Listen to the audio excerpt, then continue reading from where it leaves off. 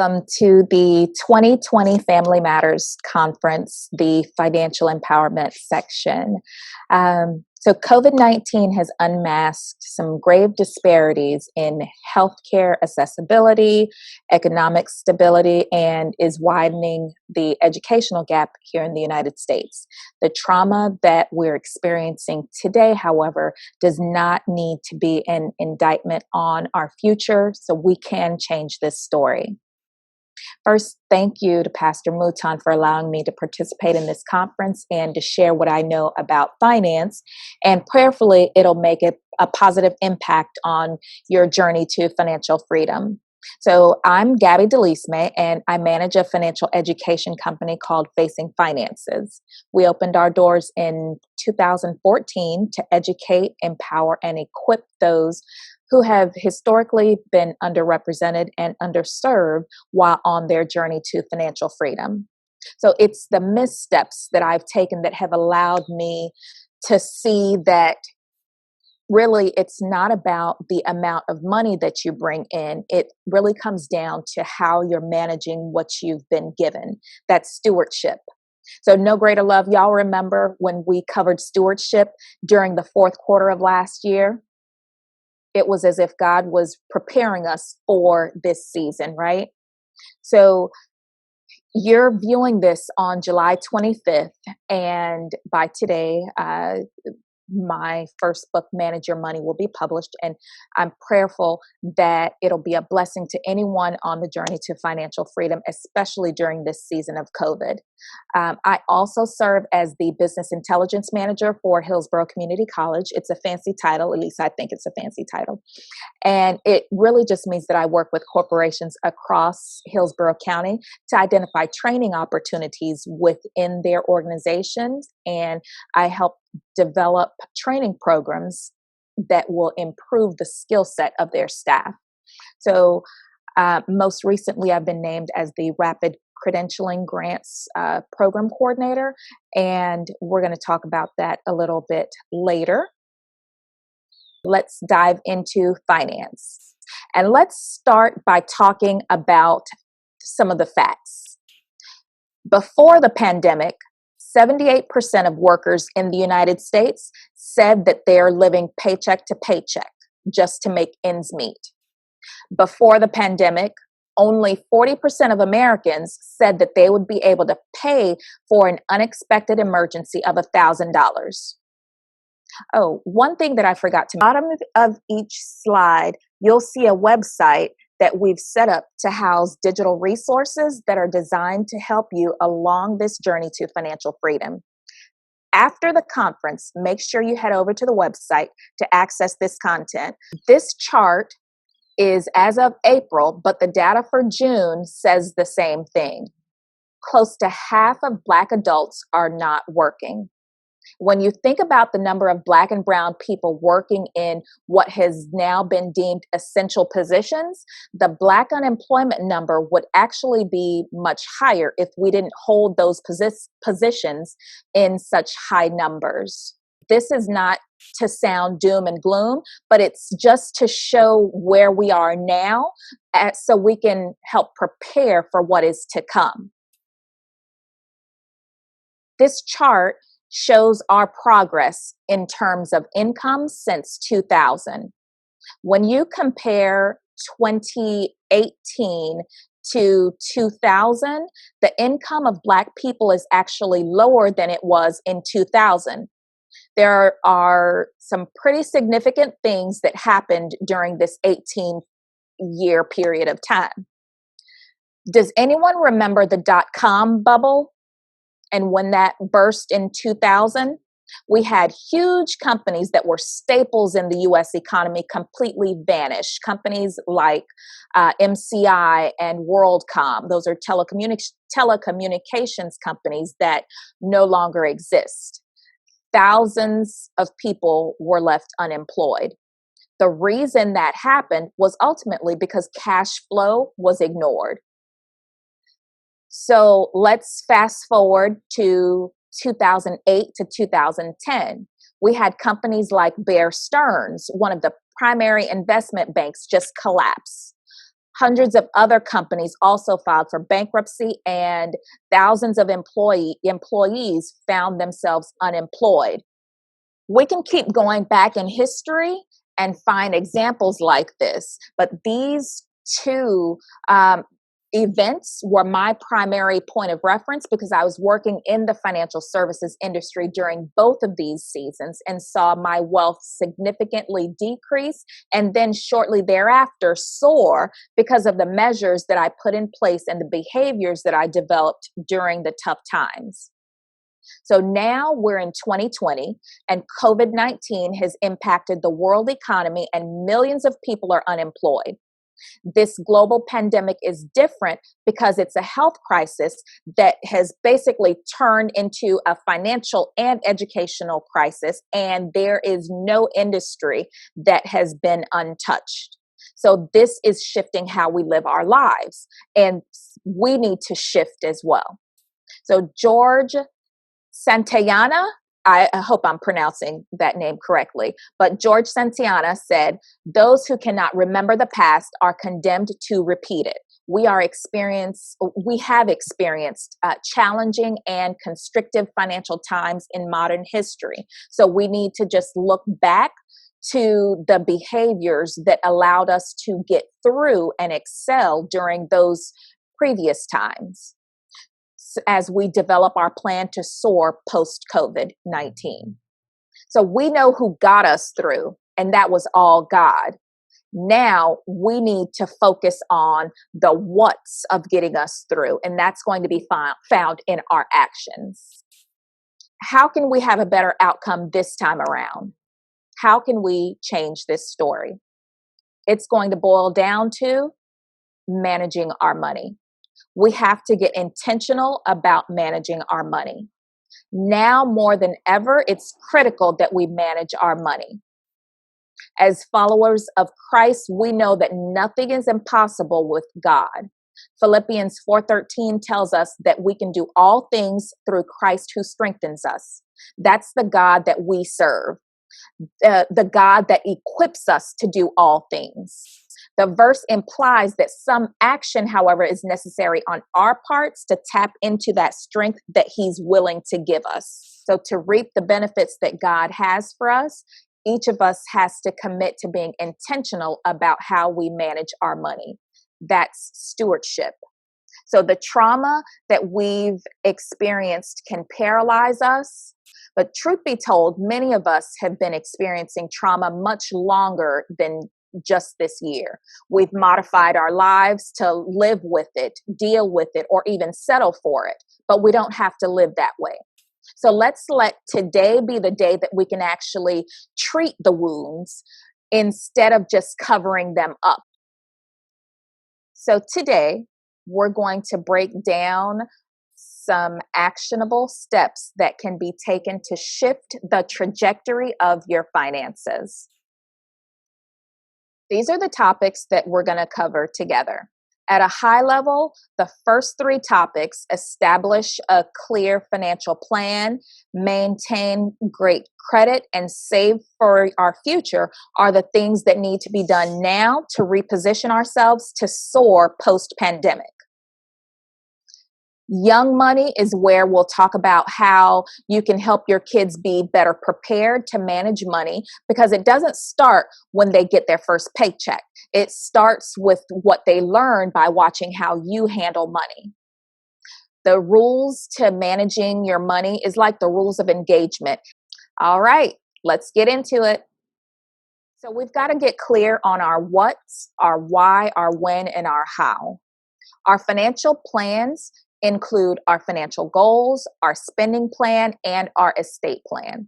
So let's talk about your financial goals. Your goals specify the direction you would like to be heading in. It's kind of difficult to hit a target if we don't know where it's at or that it even exists. When it comes to goals, although they're different for everyone, there is one that should be consistent for all of us right now, and that is to preserve as much capital as we can. So when it comes to setting goals, we want them to be smart. We want them to be specific, Measurable, attainable, realistic, and time bound. Let's take 2 minutes to write down your financial goals. Don't overthink it. Just what are your financial goals? What would you like to accomplish? Write them down on the sheet of paper that you're using to take notes during this conference. On the slide that you see, there is an example. So put $100 every 2 weeks into my emergency fund. All right, 2 minutes.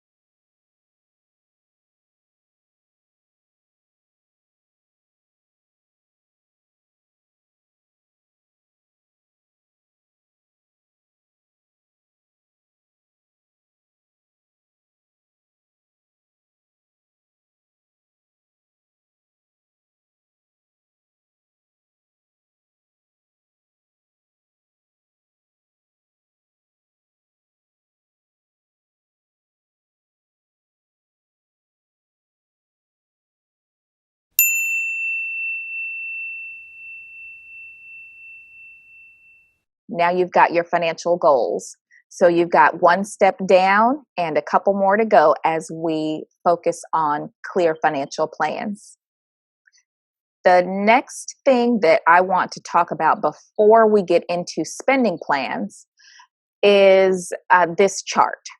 So consumer spending rose in May, and although this chart doesn't show June, it also increased for June. From this chart, you can also see that personal income dropped. So income dropped, but spending increased. What does that tell us? That is unfortunately a recipe for disaster. Have you increased your spending? If you have, what's driving you to spend? We all have triggers. And because of COVID-19, we've been in our homes, not engaging in our normal activities, and that's caused some anxiety and us to just try to escape in different manners. So how are you coping with the stresses of today? Are you using shopping as a coping mechanism to escape right now? Is it putting you in a better financial position or hurting you in the long run? Are you trading temporary satisfaction for long-term distress? Don't beat yourself up. I committed to not making unnecessary purchases back in March. So purchases like shoes and clothes during this pandemic, I don't really need those things. And I already have clothes and shoes, right? Well, guess what? I purchased some shoes last week. And I don't have anywhere that I'm going necessarily right now, but I was bored and shopping was just the thing to do. So this is no different than eating out of boredom. We get temporary satisfaction and then feel guilty about what we've just done. The key in reducing the issues, the long-term issues, is to recognize what we're doing and course correct. So reviewing our goals and seeing if what we're doing is in line with achieving them is something that helps me. So given that we don't know what the economy is really going to look like at the end of this month, so patience is a fruit of the spirit. We don't know what the world economy is going to look like a month from now. So we just need to temper ourselves in how we operate. So what's the next step in creating clear financial plans? Well, it is to give your money direction. Create a spending plan. Achieving our goals comes at the expense of sacrificing something else, meaning I can't buy all of the shoes that I want and still expect to be able to have the money that I want to invest. In business, that's called an opportunity cost. Everything has an opportunity cost. We just need to assess whether or not the cost is worth it. At its core, your spending plan is created when you identify your income, assign every single dollar of your income to an expense, and that includes saving. Then you subtract those numbers and you make sure that it is zero. Why do you want it to be zero? Well, when it's zero, you know that you have allocated all of your income to taking care of the things that you want to take care of. So if your number is positive, allocate the extra money to savings. If your number is negative, identify expenses that can be eliminated and opportunities to increase your income. The graphic that you see here gives an example of a spending plan allocating all of the monies to different categories. At the end, you see that the expenses equal the income. The overall major components of a spending plan, like tithing, housing costs, savings, utilities, those are pretty consistent on people's spending plans, or should be on everyone's spending plan. But of course, the amounts are going to be different. So use your new spending plan to help achieve your financial goals. If your financial goals serve as your destination, your spending plan is the roadmap to help you get there. In this season of uncertainty, we need to take a hard look at our spending habits and develop plans that have adjusted our spending to put us in a position that will allow us to flourish.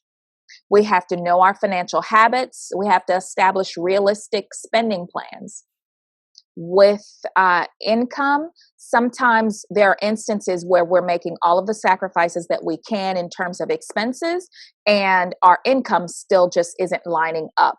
So those are times when we need to look at our income and identify ways that you can use your gifts and talents and turn those into a business, turn those into a side hustle. We talk about diversification when it comes to investments, but it's just as important to diversify our income. So take a moment and on the same sheet that you are using to take notes, write out your income. 60 seconds. And while you're putting your income together, make sure to add everything up at the end so you have the bottom figure.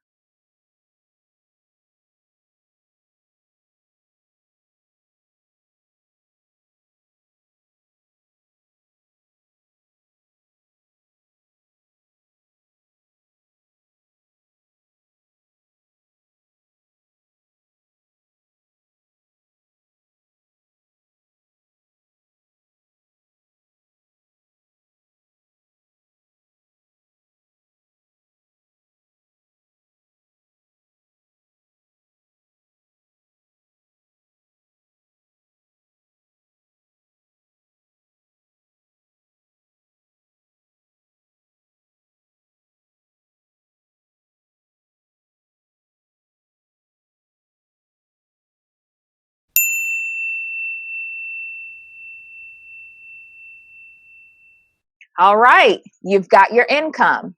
So now we're going to look at expenses. So there's a lot to be said about expenses, especially in the season that we find ourselves in right now. So often, as we make more money, we face the trap that's called spend creep.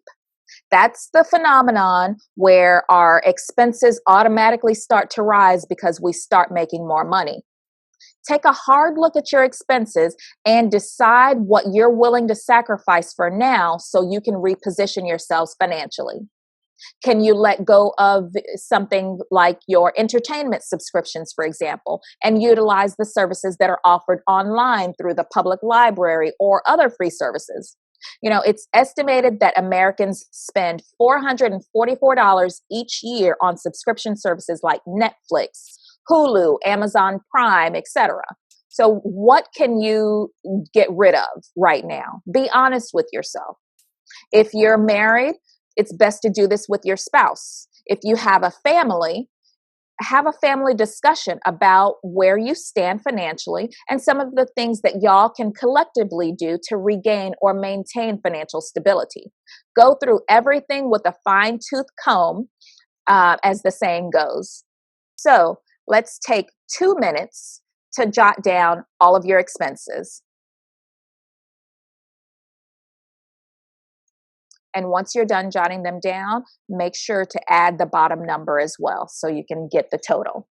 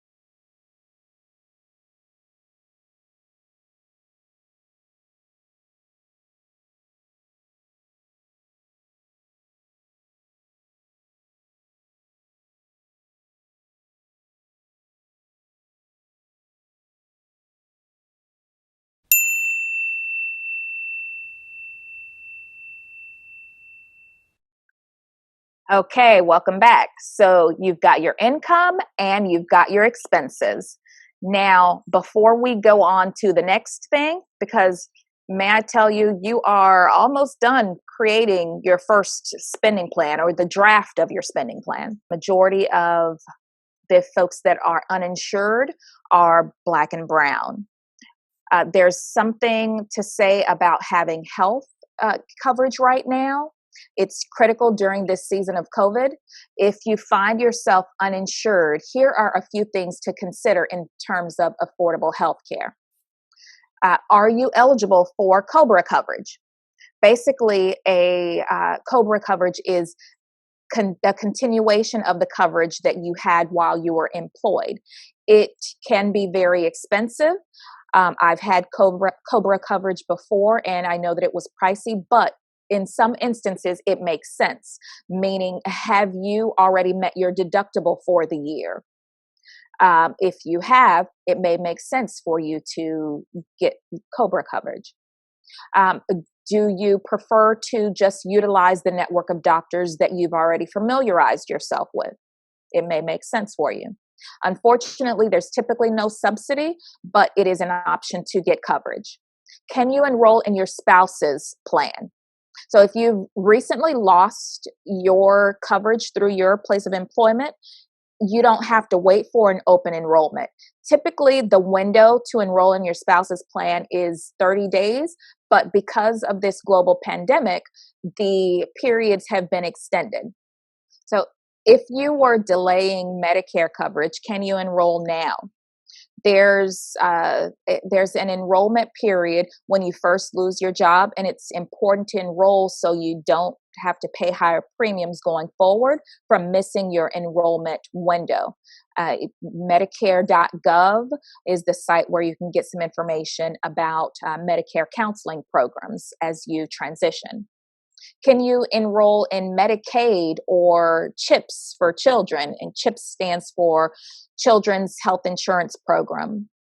A lot of times people become eligible when they lose their jobs because it's based on monthly income, not annual income.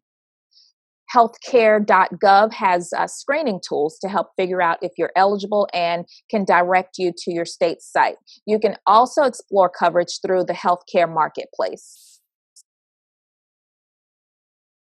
Okay, so you've got your income and you've got your expenses. Now, this is a screenshot of the third tab that's on the spreadsheet that you'll be able to download. In this season of uncertainty, it's important that we take a hard look at our spending plans. So is your number negative, your net financial position? Is it negative? Is it positive? Is it at zero? Because really, remember, our goal is to have it at zero. And that means you have allocated all of your dollars. You have assigned every single dollar. Every dollar has an assignment. If it's red, go back through your expenses and see where you can adjust again. Also look at your income. If it is positive, allocate those monies to savings. Know your financial habits. What is next? Well, we've got to develop an estate plan. At some point in time, we all know that we will transition from this earth. So proper planning prevents confusion. We don't talk about this enough. Creating an estate plan really helps your loved ones. There are so many emotions that are involved when someone is ill or has transitioned. People are figuring out how to grieve. And when we don't create estate plans, they not only have to deal with the grief, but also the added stress that comes with needing to make medical and financial decisions. So creating an estate plan allows your wishes to be known and followed. There are some documents that really we should have in place. A will, also known as a last will and testament, gives the instructions for the distribution of your assets at death. A living will is different. It gives guidance on end-of-life decisions if you're not able to make them yourself. A trust is a legal entity that can be set up to hold assets on behalf of a beneficiary. It's managed by a trustee, and that person is responsible for carrying out the instructions laid out in the trust document. Because the trust is recognized as a separate legal entity, monies held in these types of vehicles have protections that monies held in different types of accounts don't necessarily offer. Healthcare directives are written legal documents that inform others of your wishes about your healthcare. They allow you to name an agent who's the person that would make decisions for you if you are unable to do so yourself. Medical power of attorney and living will are a couple of examples of healthcare directives, but there are more. Medical power of attorney, also called healthcare proxy, designates an individual to make medical decisions for you when you no longer have the capacity to do so. So the medical power of attorney will only go into effect when you do not have the capacity to make decisions for yourself regarding your medical treatment. The financial power of attorney is a legal document that grants an agent the authority to act on your behalf when it comes to matters pertaining to your finances. There are different types of powers or authority that you can grant to people. So you want to do your research and choose wisely when it comes to executing your decisions. A beneficiary is a person that you designate to receive payment or benefits or assets in an account in the event of your death. You can designate more than one beneficiary, and you specify what percentage each will receive. The advantage of this is that naming a beneficiary wherever possible allows your estate to avoid probate. So there's no court involvement. The beneficiaries just need to show the death certificate to the financial institution, and they can receive assets within typically a few weeks.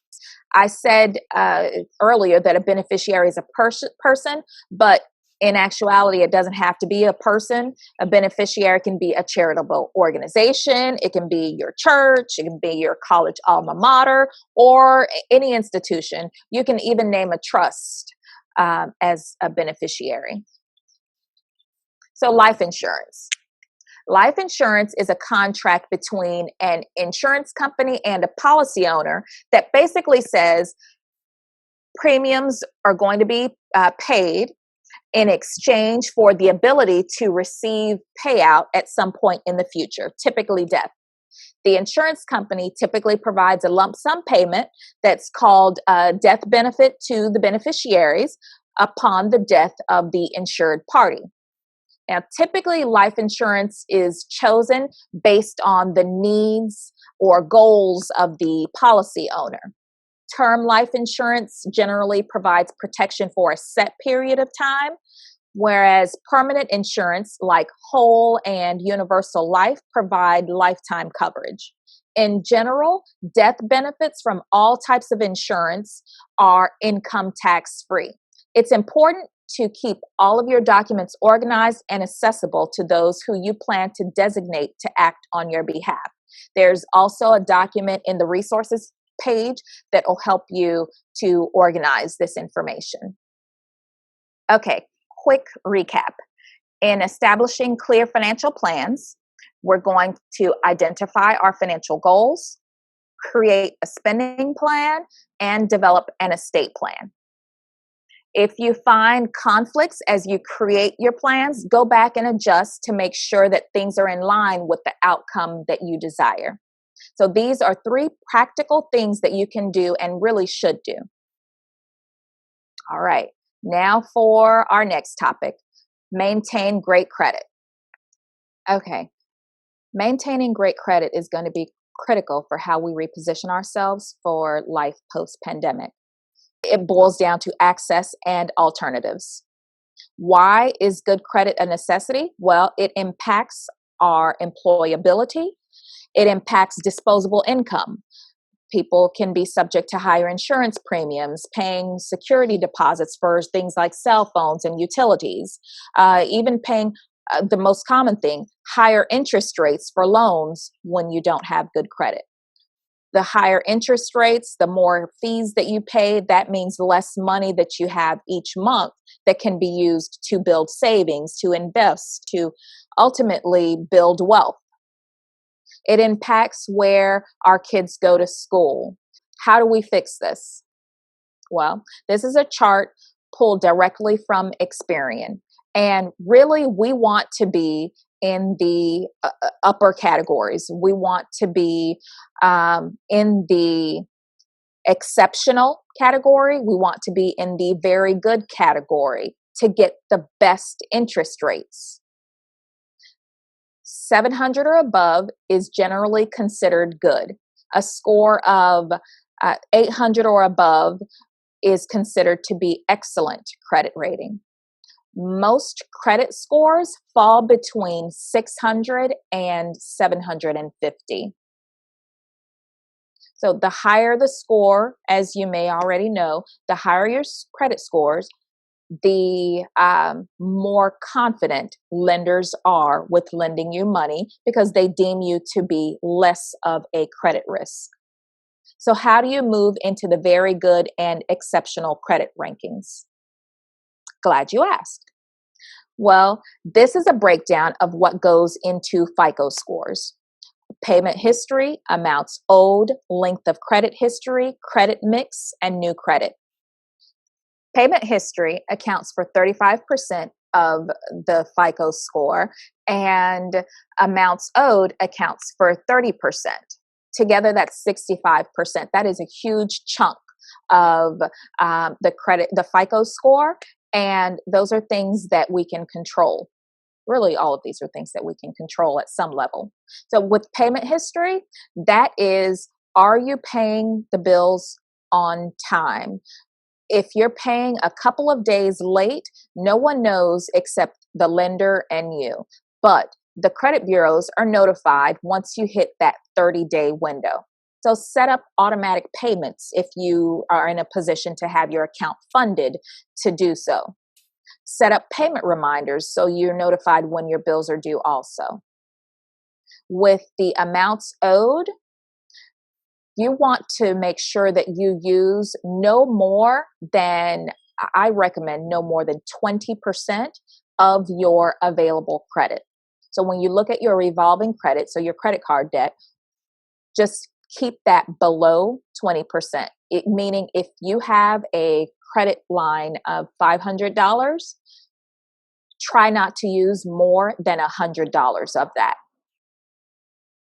The remaining amounts, or the remaining factors rather, that go into your FICO scores are the length of your credit history. And the length of credit history, that's a look back at your oldest account on your credit profile. Your credit mix, that's the different types of debt that you have. So student loans, car notes, mortgages. A person with diverse credit is deemed a better credit risk. And then new credit, that's 10%. That's how many new lines of credit that you're opening and how many hard pulls are being done against your profile. These are things that we can actively look at and manage when it comes to improving our credit scores. Now, if you find yourself in a position where you cannot pay your bills, it's imperative that you have a plan and that you contact the lender or service provider. Some options that may be available to you are deferring payments, making partial payments, doing loan modifications, forbearance, just to name a few. But you want to call and find out what is going to be best for your scenario. When making your decision on how to proceed, take into account the impact on your credit scores. So will they be reporting, or what will they be reporting to the credit bureaus rather? So during the last recession, many people, including myself, had lines of credit completely eliminated, meaning I had like credit cards in a drawer unused and those lines were closed.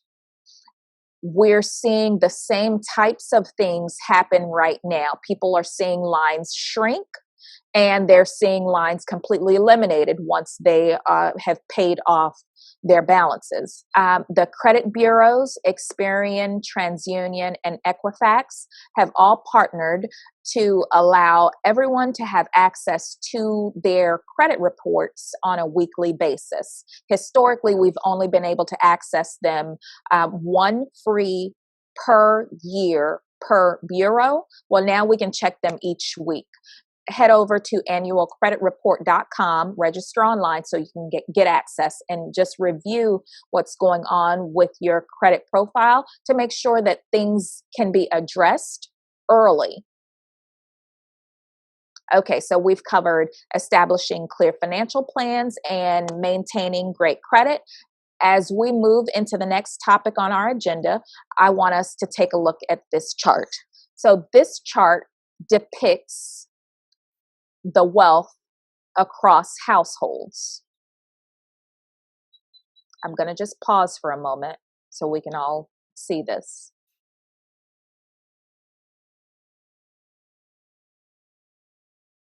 So Black households have only 10 cents in wealth for every dollar held by white households. How do we shift this? Our earnings is only one side of the equation. We need to focus on growing what we earn and keeping what we earn, meaning reducing tax liabilities, saving and investing. If you take a look at this chart, when you look back at 1968 and compare Black wealth to now, Black wealth has actually decreased. We do have the ability to change this. All right, so now we're going to get into saving for the future. It may seem like an impossible feat right now, but it's critical that we be in save mode. So where's the money that we're going to save going to be coming from? All right, well, millions of people have started receiving their economic impact payments, better known as stimulus payments.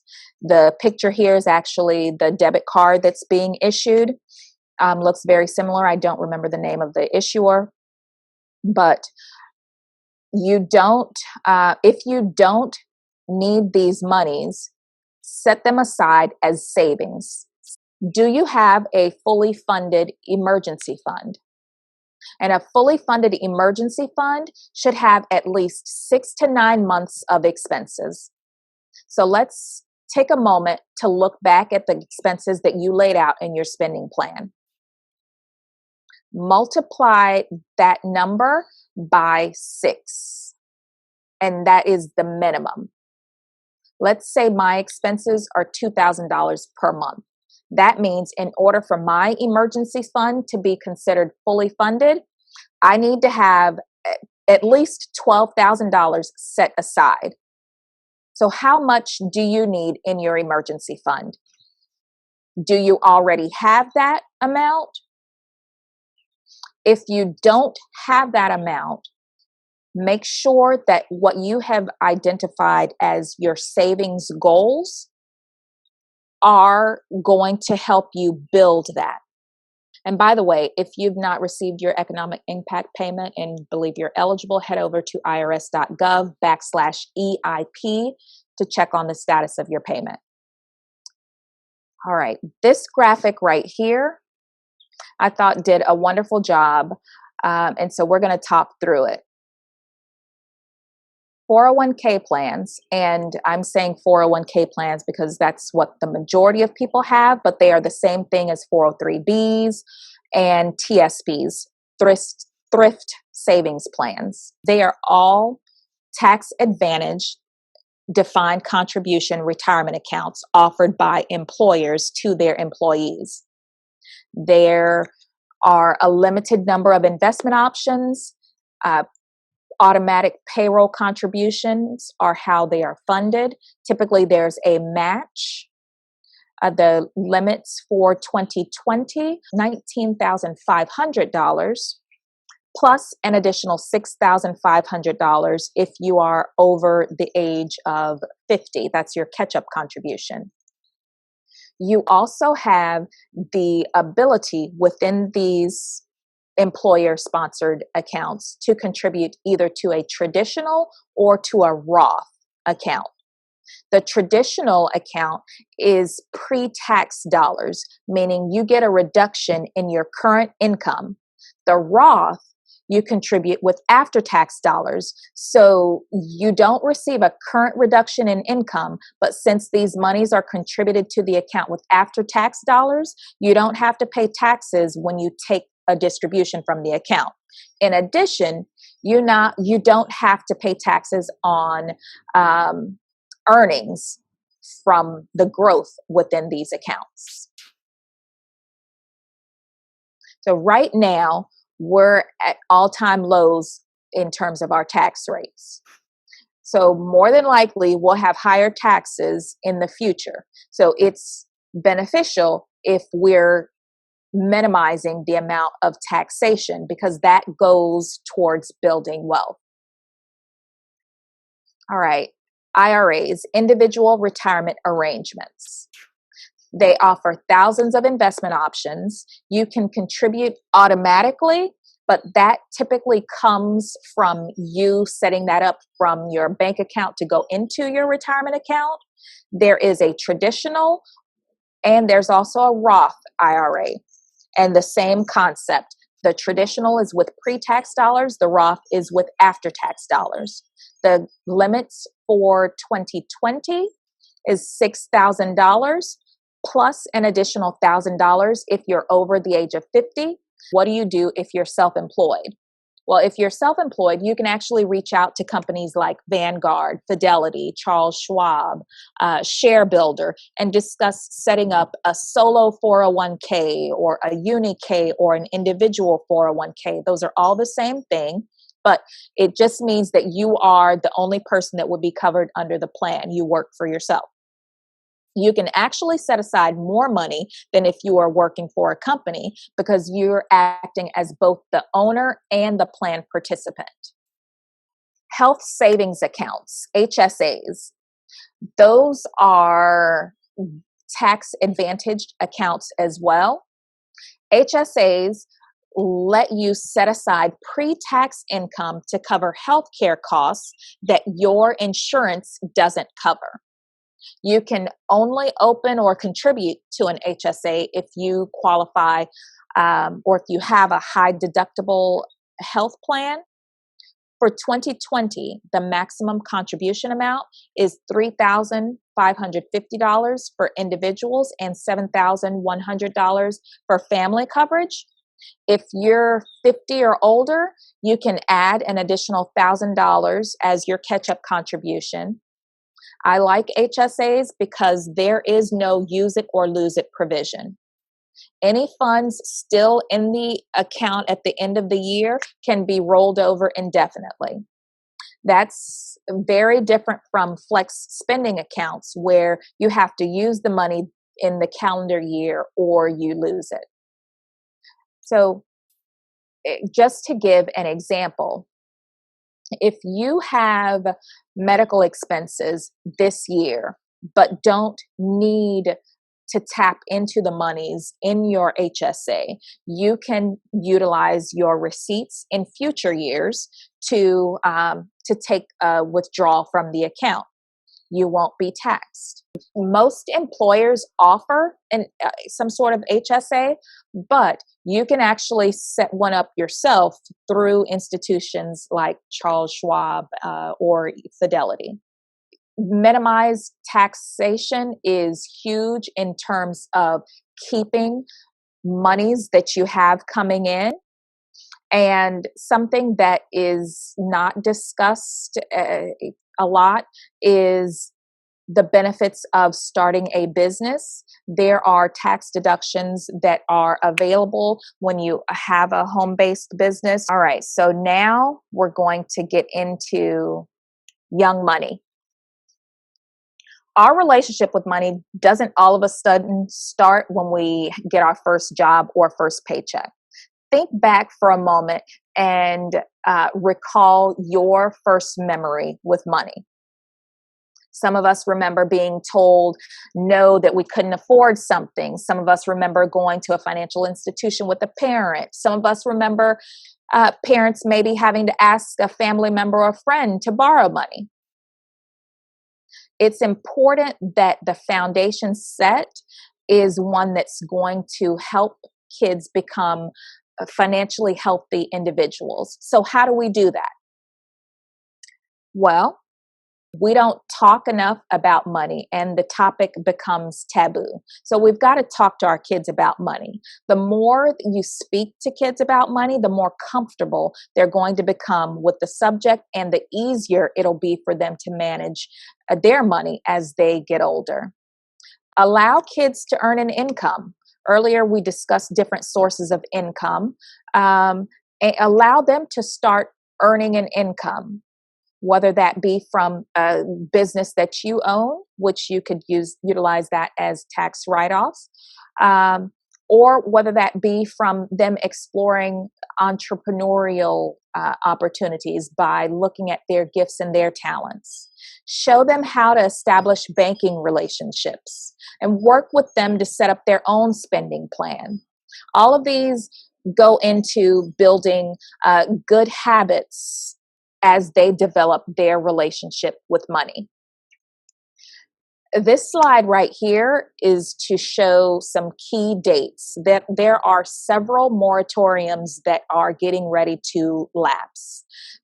Folks who live in federally subsidized housing who have not been able to pay their rent. Folks who have mortgages that they have not been able to pay, and the loans are backed by federal loans or federal mortgages. Folks who have student loans, those payments, those are going to resume at the end of September. With the CARES Act, the additional $600 in unemployment benefits, that ends at the end of July, at least as of the recording of this video. We have to position ourselves to be prepared once these things end. So how will you proceed? Now is the time to make some serious adjustments about managing your money. We want to make sure that you are as prepared as you can be. So cut expenses where you can. Raise your income where you can. These are the rules of engagement when it comes to managing your money. Spend less than you earn. The best time to start saving was yesterday. Become the best financial success story that you can be, meaning we don't even know who the Joneses are. Multiple streams of income is a must. Build an emergency fund with 6 to 9 months of expenses. Behavior is what will allow you to reposition yourself. Wealth is determined by what you keep, save, and invest, not only by what you earn.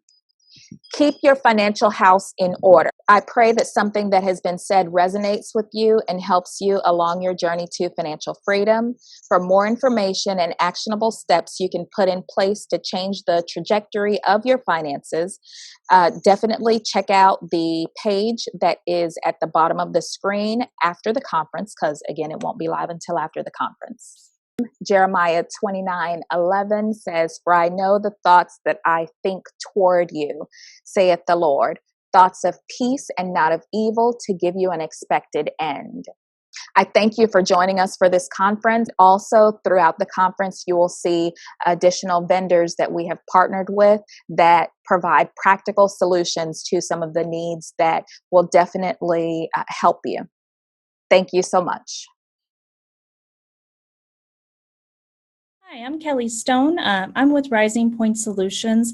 We are a credit restoration company, and our goal is to help educate people about credit and how their credit affects them, as well as what's the best practice for moving forward with credit and establishing a good financial future. We also work on cleaning up inaccuracies on credit reports, and making sure that you have a great start. We've been in business since 2005, and we are A+ rated by the Better Business Bureau. We want to make sure that any and all questions are answered, so please feel free to reach out. You can reach me on my cell phone at 847-553-6955. 888-646-6711 or by email at kelly@risingpointsolutions.com. There's no question that we won't answer, and we are here to help.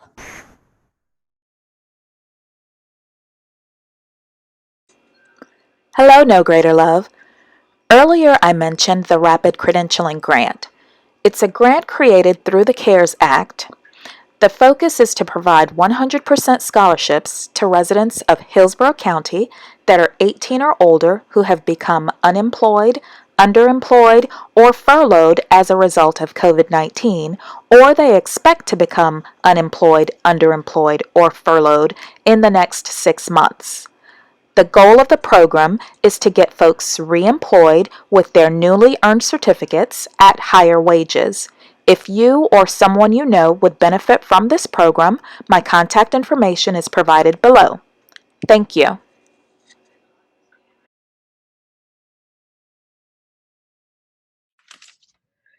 Welcome to the 2020 Family Matters Conference at No Greater Love Church, Baptist Church. I'm here from Hillsborough County Affordable Housing Services, where Cheryl Howell is our department director. And our department administers federal and state funding to develop effective, affordable housing and community development programs for low and moderate income persons that are residents of Hillsborough County. And those processes and programs include down payment assistance, public services, public facility improvements, construction, and homeowner rehab. That work is done with those federal and state grants, and we actually have Community Development Block Grant, which provides services, public services to county residents. Also, we have a Home Investment Partnership Grant, and it provides ultimately a housing unit for a low to moderate income person based on income to live in.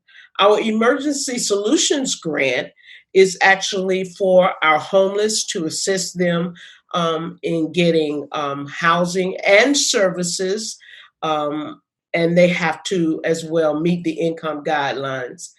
And then we have our state funding, which is State Housing Initiative Program, which is basically called SHIP. And that state funding can be used for many items, many things, many services, including assisting with housing, in the development of housing. We also work with a number of nonprofit organizations, for-profit organizations, county departments, and developers to ensure that we have decent and safe housing in Hillsborough County. Currently, we just want to let you know that currently our staff is working remotely. And in order to contact us, you would need to contact us via email at affordablehousingservices@hcflgov.net, or you can contact us at our main phone line, which is 813-246-3150. We will be happy to help you answer any questions that you have. And we encourage you to go on the website and just read through some of the information. It's a short video, so we can't give you all of the information, but we most certainly can encourage you to contact us via email or by phone so that we can give you further details. Thank you and have much fun and enjoy the conference.